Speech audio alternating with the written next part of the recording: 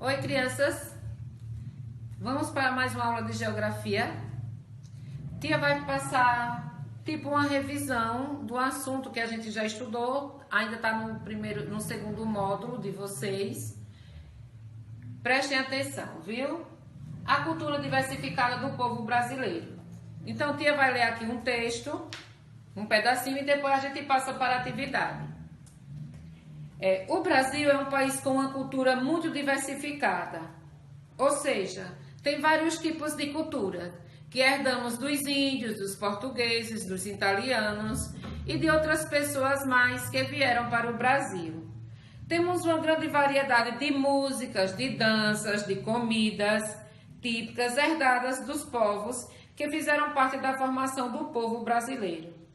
Em diferentes lugares do Brasil, encontramos diversas manifestações culturais do povo. Como vocês sabem, tia já falou, no Nordeste tem muito forró, já no Rio Grande do Sul tem a festa da uva, tem lugares que tem vaquejadas. Então, tia está pegando uma revisão da página 290, que já fiz algumas questões para vocês, algumas atividades, e vou explicar também um pouquinho da página 295, que é um resumo, certo? Na página 295, nessa parte aqui amarela do livro de vocês, tem assim, olha: os diferentes povos que participaram da formação do povo brasileiro contribuíram com a riqueza e as diversidades da nossa cultura. Além deles, herdamos hábitos e tradições que se contornaram aspectos marcantes da cultura brasileira. Podemos citar alguns exemplos dos indígenas, que herdamos o hábito de consumir alimentos à base da mandioca. Dos africanos, herdamos o uso de algumas palavras como banana, fubá, samba. Dos portugueses, herdamos a língua portuguesa, falada em todo o país. É importante valorizar essa diversidade. Então, como tia falou para vocês, muitas coisas diversificadas, né? Existem muitas coisas diversificadas. Comidas, danças, músicas, todas essas coisas. Eu vou falar para vocês sobre a atividade, certo? Aí na atividade de vocês, tirando mais ou menos desse assunto, tem assim: responda sim ou não para as perguntas abaixo. O Brasil é um país com uma cultura muito diversificada? Sim, né? É um país com uma cultura muito diversificada. Letra B. Todas as danças, músicas e comidas que existem no Brasil têm origem de outros países? Sim. Letra C. Só em uma região do Brasil encontramos diversas manifestações culturais? Só em uma região? Não. Em todas as regiões. Letra D.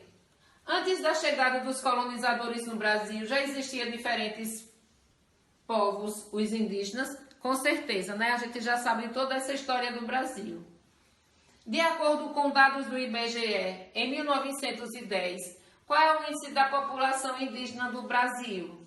De acordo com o IBGE, vocês vão ler lá, mas eu vou dar uma respostinha, vocês tiram a dúvida. Calcula-se que seja de 897 mil pessoas aproximadamente. Calcula-se que seja. Não está dizendo que é exatamente isso, viu? A terceira questão. Os portugueses foram os principais colonizadores do Brasil. O que eles estabeleceram? Contato com os indígenas, iniciaram o processo de ocupação das terras que formaria o território do nosso país. A quarta questão. Para que servia o pau-brasil? Para que servia? A gente já sabe toda a história do pau-brasil, né? Era uma árvore da qual se extraía madeira de uma resina, cuja cor vermelha pode ser utilizada para tingir tecidos. Então, a gente já sabe, né?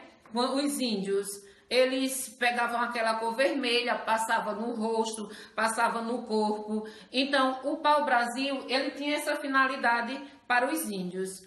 Quando os portugueses chegaram, que perceberam isso que eles fizeram.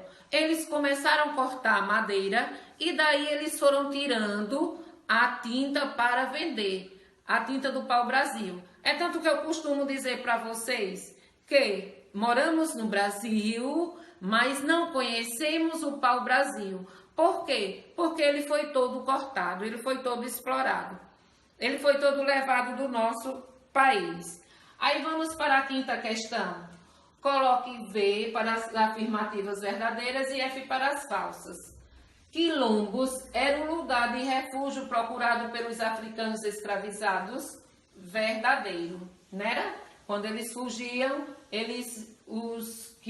quando os africanos negros fugiam, eles iam para os quilombos e eles formavam um lugar para ficar. Nos quilombos, os africanos se abrigavam e criavam novas relações sociais. Nos quilombos, os africanos se abrigavam e criavam novas relações sociais? Não. Nos quilombos, não. Sim. Verdadeiro. Verdadeiro, viu? Verdadeiro letra A e verdadeiro letra B. Letra C. Os quilombolas não gostam de preservar a parte da cultura africana. Na letra C. Falso. Letra C. Letra D. Atualmente no Brasil não existem comunidades quilombolas. A letra D. É falso. Existe sim. No país ainda existem comunidades quilombolas, que são os índios, os negros e, como a gente sabe, a história do Brasil. Segundo a Fundação Cultural, são reconhecidas mais de 3.300 comunidades quilombolas em nosso país. Verdadeiro. A letra E, verdadeiro, viu? A sexta questão. Atualmente, o Brasil continua recebendo imigrantes vindo de várias partes do mundo.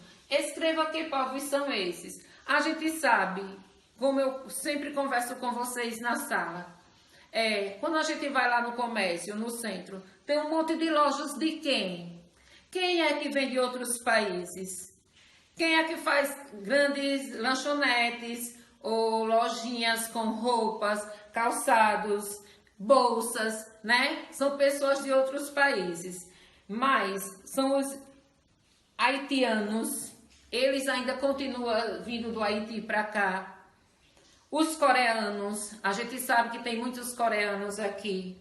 Os bolivianos, os venezuelanos e os japoneses também, né, gente? Podem colocar, certo? Então, eu espero que vocês tenham entendido essa aula, tenham entendido a explicação da atividade e até a próxima aula, certo? Tchau!